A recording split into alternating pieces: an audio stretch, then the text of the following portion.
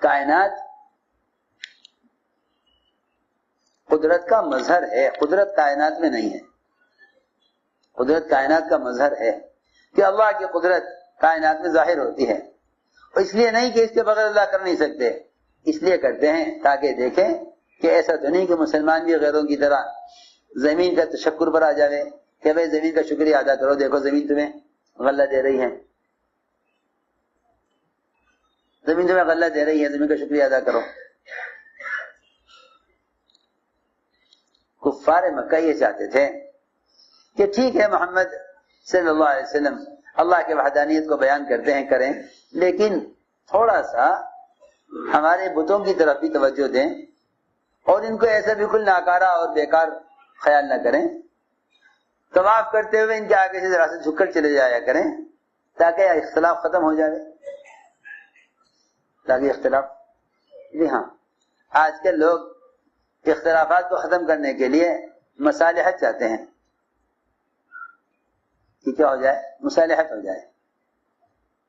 کیا ہو؟ مصالحت کرو تاکہ اختلاف ختم ہو جائے. محمد صلی اللہ علیہ وسلم سے بھی کفار مصالحت چاہتے تھے. سنو میں کیا کہہ رہا، محمد صلی اللہ علیہ وسلم سے کفار مصالحت چاہتے تھے کہ آؤ دیکھو مل جل کر رہیں اور چند باتیں آپ ہماری مان لیں، چند باتیں ہم آپ کی مان لیں، اس طرح آپس میں مل جل کر رہیں. یہ کفار چاہتے تھے کہ ذرا آپ اللہ کی وحدانیت کو بیان کرنے میں نرمی اختیار کریں، ایسا ہمارے بتوں کا انکار نہ کریں تو ہم بھی آپ کے معبود کو معبود مان لیں گے، آپ ہمارے معبودوں کو معبود مان لو تاکہ مل جل کر رہیں، تاکہ مل جل کر رہیں. بس کیا بتاؤں، اس زمانے کے بھی ہائے ہائے جب اللہ کی توحید کو بیان کرنے کا مزاج ختم ہو جائے گا تو پھر مسلمان ایسی شکلوں کو سوچے گا جس سے غیروں کے ساتھ خود مصالحت کی شکل نکل آئے. وہ کہیں گے ہاں بھائی مسلمان بچے بھی کہا کریں زمین کیجئے، تاکہ یہ نہ ہو کہ بھائی ہم تو زمین کا شکریہ ادا کریں، مسلمان اللہ کا شکریہ ادا کرے. سوچے تو صحیح، اس زمانے میں سب سے بڑا خطرہ اس بات کا ہے کہ مسلمان اللہ کے غیر کے تشکر پر آ جائے. نہیں، شکر کرنا صرف اللہ کا حق ہے، صرف اللہ کا حق ہے. شکر کا مطلب یہ ہے کہ نعمت کی نسبت اللہ کی طرف کرنا، نعمت کی نسبت اللہ کی طرف نعمت کی نسبت کرنا، یہ شکر کا خلاصہ ہے. اللہ کی ذات کی طرف نعمت کی نسبت کرنا یہ شکر کا تقاضا ہے. اللہ کی ذات کی طرف نعمت کی نسبت کرنا یہ شکر کا تقاضا ہے. میں نے عرض کیا کہ ہم کیونکہ نظام کائنات کو قدرت سمجھتے ہیں، اس لیے یہ سمجھتے ہیں کہ جو اسباب سے لے رہے ہیں وہ قدرت سے لے رہے ہیں، حالانکہ جنہیں اللہ کی ذات سے لینا آ جاتا ہے ان کے نزدیک اسباب کی حیثیت ختم ہو جاتی ہے. اسباب کی حیثیت ختم ہو جاتی ہے تو وہ عمل کی آواز پر اسباب چھوڑ کر ایسے چلے جاتے ہیں گویا ان کا ان اسباب سے کوئی تعلق ہی نہیں تھا. یہ صاحب حضرت نے عنوان قائم کیا ہے حدیث الصحابہ میں کہ صحابہ اللہ کے حکموں پر اور نماز اور دین کے تقاضوں پر دنیا کو ایسا چھوڑ دیا کرتے تھے گویا ان کا دنیا سے کبھی کوئی تعلق نہیں تھا. ایسے چھوڑ دیا کرتے تھے. کیوں؟ اس لیے کہ ان کے نزدیک سبب انتہائی غیر یقینی اور اعمال انتہائی یقینی، اس لیے ان کے لیے اسباب کا چھوڑ دینا بہت آسان تھا. وہ یہ سوچ کے چھوڑ دیتے کہ اس سے کچھ ملنے والا نہیں ہے، اس سے کچھ ملنے والا نہیں ہے. انہیں اسباب کے مقابلے میں اعمال کا یقینی ہونا ایسا نظر آ جاتا تھا کہ ان کے لیے سبب کا چھوڑنا ہی کامیابی دکھلاتا تھا. سبب کا چھوڑنا کامیابی دکھلاتا ہے. یہاں اسباب کا چھوڑنا ناکامی دکھلاتا ہے, وہاں اسباب کا چھوڑنا کامیابی دکھلاتا تھا کہ میں نے سب کو حکم پر چھوڑا ہے, اللہ کامیاب کرنے والے ہیں. اسی لیے اللہ نے بعض صحابہ کے باغات کو سال میں دو مرتبہ باغات سے پھل دیا ہے.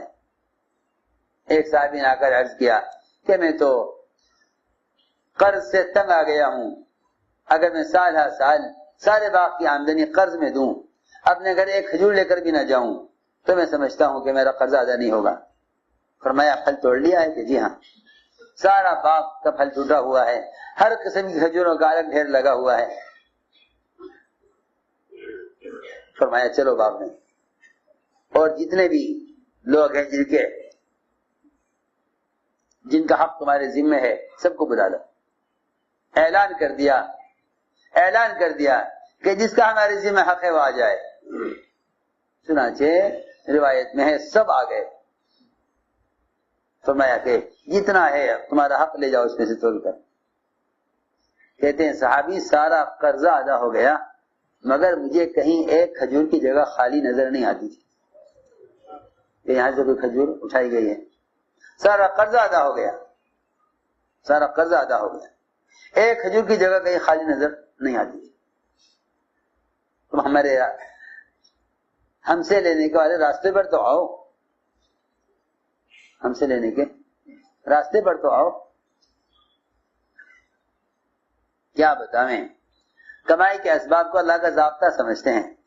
تجارت ضابطہ نہیں ہے, زراعت غلہ لینے کا ضابطہ نہیں ہے, دوا شیوا لینے کا ضابطہ نہیں ہے, ہتھیار حفاظت کا ضابطہ نہیں ہے, ورنہ باڈی گارڈ خود ہی مار دیتے ہیں.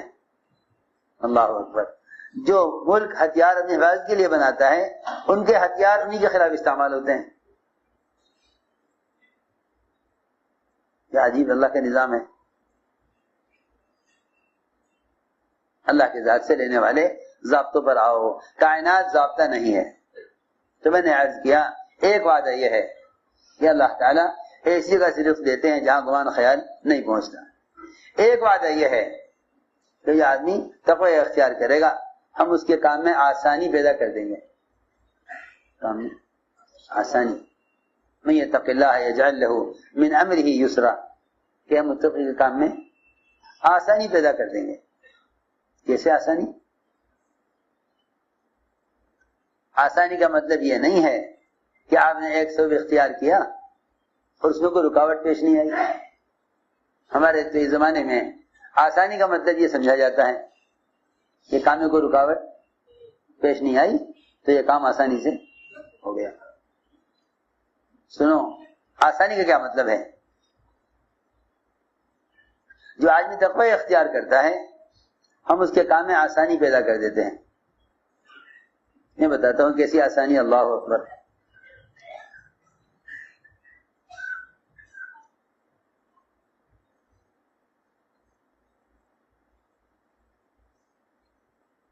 اللہ رب العزت کمائی کے اسباب بھی اللہ لاتے ہیں. لوگ سمجھتے ہیں کہ گاہک ہمارے اشتہار سے آتے ہیں. لوگ سمجھتے ہیں کہ گاہک ہمارے اشتہار سے آتے ہیں. وہ جگہ جگہ ہوٹلوں میں, سڑکوں کے کناروں پر, بڑے مین روڈ پر, جن کے پاس زیادہ مال ہے وہ مختلف قسم کے آلات اور ذرائع پر اپنی چیز کا اشتہار کرتے ہیں. پتہ چلے کہ ہم یہ بناتے ہیں.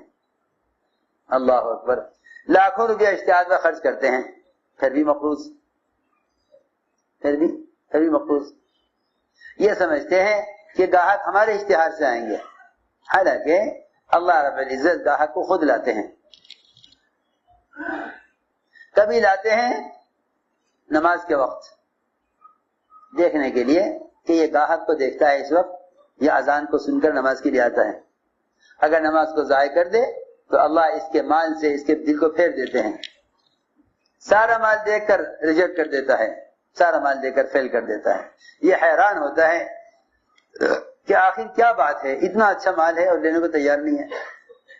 لوگ بعض گاہکوں کو پاگل کہتے ہیں, تاجر گالیاں دیتے ہیں گاہکوں کو کہ سارا مال کھلوا لیا, لینا کچھ نہیں. کیا بات ہے, کیوں نہیں لیتے؟ کہ دل نہیں چاہتا. بات یہ ہے تو نے اللہ کے حق کو ضائع کیا ہے. اللہ نے تیرے گاہک کا دل تیرے مال سے پھیر دیا ہے. سیدھی بات ہے. معاملہ وہاں سے ہے. اللہ کا حق کو لاتے ہیں دیکھنے کے لیے. اس وقت یہ کیا کرتا ہے؟ اس وقت کیا کرتا ہے؟ آیا نماز کو مقدم کرے سبب پر، یہ سبب کو مقدم کرے حکم پر، نماز پر. اگر نماز کے لیے سبب چھوڑ دیا تو ہم کامیاب کریں گے، اور اگر نماز کو ضائع کر دیا تو ہم اس کی تجارت کے نقشوں کو ضائع کریں گے. یہ اللہ کا نظام ہے. یہ اللہ کا نظام ہے. میں نے عرض کیا کہ اللہ تعالیٰ ان کے کاموں میں آسانی پیدا فرماتے ہیں. علی رضی اللہ تعالیٰ عنہ نے گھر میں رکھے ہوئے 6 درہم سائل کو دینے کے لیے منگوائے کہ بھئی فقیر کو دینے ہیں، 6 درہم رکھیں، لے آؤ. گھر والوں نے کہہ دیا کہ نہیں، یہ تو آٹے کے لیے ہیں. خود گئے اٹھ کر، جا کر لے کر آئے گھر سے. 6 درہم سائل کو دیے. لوگ سمجھتے ہیں کہ جو لوگ توکل کر لیتے ہیں وہ اسباب اختیار نہیں کرتے. یہ خیال بالکل باطل خیال ہے اور غلط فہمی اور جہالت ہے کہ جن کے پاس توکل ہوتا ہے انہیں اسباب کی ضرورت نہیں ہوتی، اور جو اسباب اختیار کرتے ہیں ان میں توکل نہیں ہوتا. یہ جہالت ہے. یہ جہالت ہے. اسباب کے اختیار کرنے سے، اسباب کے اختیار کرنا توکل کے خلاف نہیں، اور توکل کرنا اسباب کے خلاف نہیں. لوگوں نے ان دونوں چیزوں کا الگ الگ کر دیا کہ بھئی اگر توکل ہے تو اسباب میں کیوں لگ رہے، اور اگر آپ اسباب میں لگ رہے ہیں تو آپ کے پاس توکل نہیں ہے.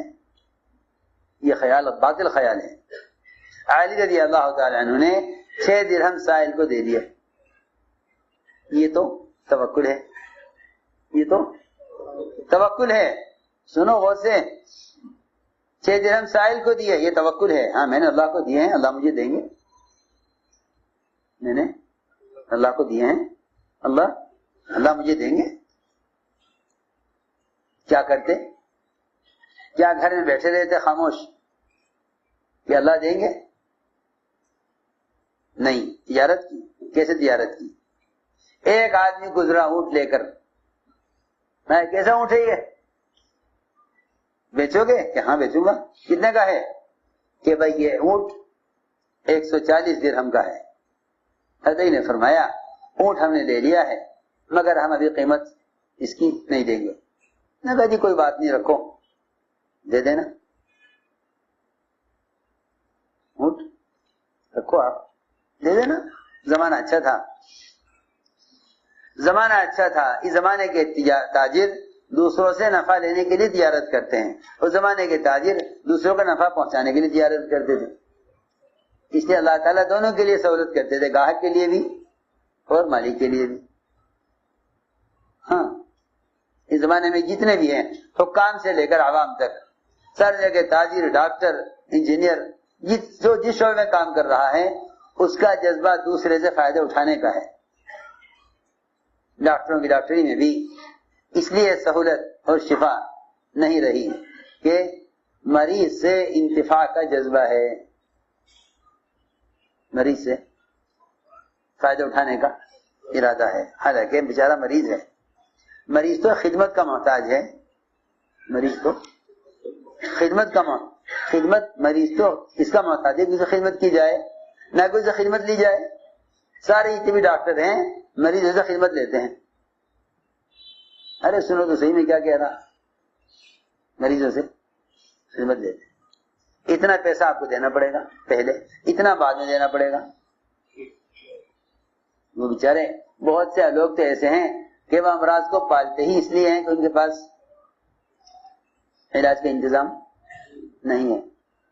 کیونکہ ڈاکٹروں کا خیال یہ ہے کہ اس زمانے میں ڈاکٹری وہ کمائی کا ذریعہ ہے.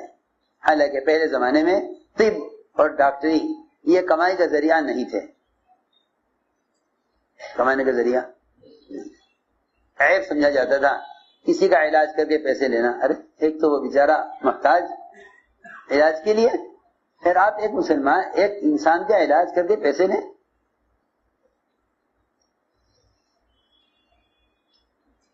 کسی زمانے میں علاج خدمت تھا، اس زمانے میں علاج تجارت ہے، اور ایسی تجارت ہے کیا بتاؤں، ایسی تجارت کہ کمپنی ایک چیز بنا کر اس کی قیمت طے کر دے گی، کمپنی ایک چیز بنا کر اس کی قیمت طے کر دے گی، لیکن علاج میں کوئی قیمت، کوئی حد، کوئی لمٹ نہیں ہے، جتنے چاہے پیسے مانگ لو، ہاں جتنے چاہے پیسے مانگ لو۔